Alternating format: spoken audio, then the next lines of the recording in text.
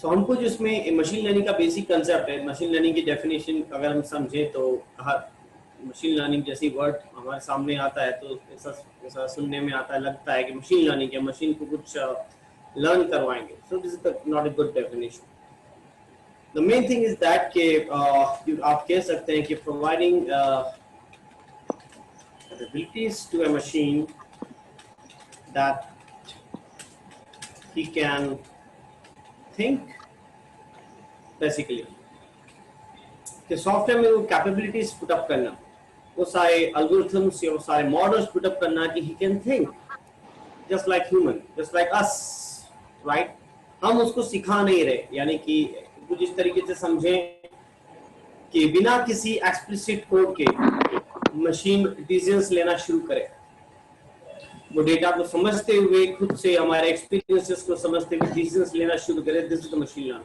Not कि हम पहले से कुछ कोड लिखें, हम जब तक कुछ एक्स्ट्रा कोड नहीं लिखेंगे हमारी मशीन कुछ एक्स्ट्रा काम नहीं करेगी, ऐसा नहीं होना चाहिए. कोड लिखने की जरूरत नहीं होना चाहिए.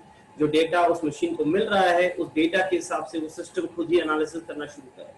आप खुद देखें, आप मशीन फेसबुक चलाते हैं, सबसे अच्छा एग्जांपल एज ए स्टूडेंट आपके सामने रखना चाहता हूँ फेसबुक, क्योंकि आप सभी फेसबुक चलाते हैं, उसकी कैसे वो ऑपरेट होता है सारी चीजें आप समझते हैं. आप यूट्यूब चलाते हैं, राइट. मे बी दैट के हम शॉपिंग साइट्स यूज करते हैं, हम अमेजन या फ्लिपकार्ट या व्हाटएवर आप जिस साइट्स को प्रेफर करते हैं.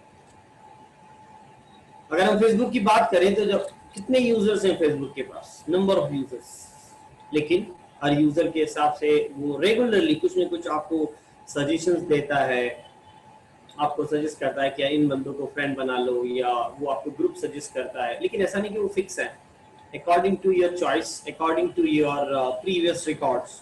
यानी कि जैसे जैसे आप नए नए लोगों को दोस्त बनाते जाते हो, कुछ नए नए ग्रुप्स को कलेक्ट करते जाते हो, आप लाइक करते हो, आप पोस्ट को शेयर करते हो, उसके अकॉर्डिंग वो सिस्टम ऑटोमेटिकली आपके इंटरेस्ट को समझता है कि आपका इंटरेस्ट एक्चुअली किस ओर है, आप क्या पसंद करते हो क्या पसंद नहीं करते हो. Automatically he suggest you something.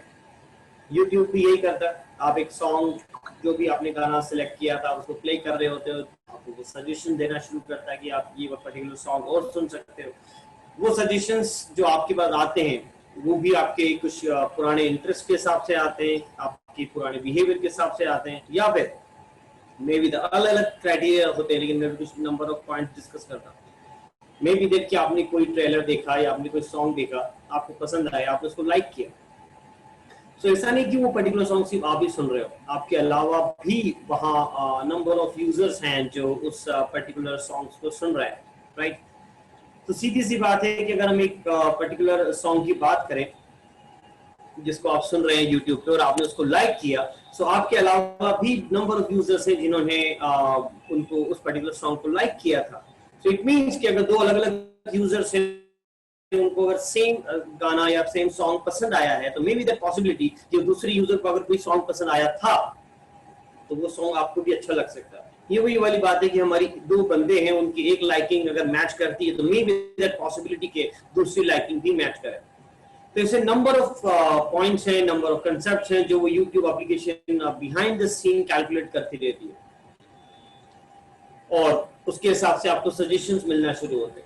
इसीलिए तो यूट्यूब आप चलाएं या फेसबुक आप चलाएं या आप कोई सी एप्लीकेशन चलाते हैं तो आपको जीमेल से या फेसबुक से लिंक करवाया जाता है, ताकि आपको आइडेंटिफाई किया जा सके कि आप एक्चुअली हो कौन.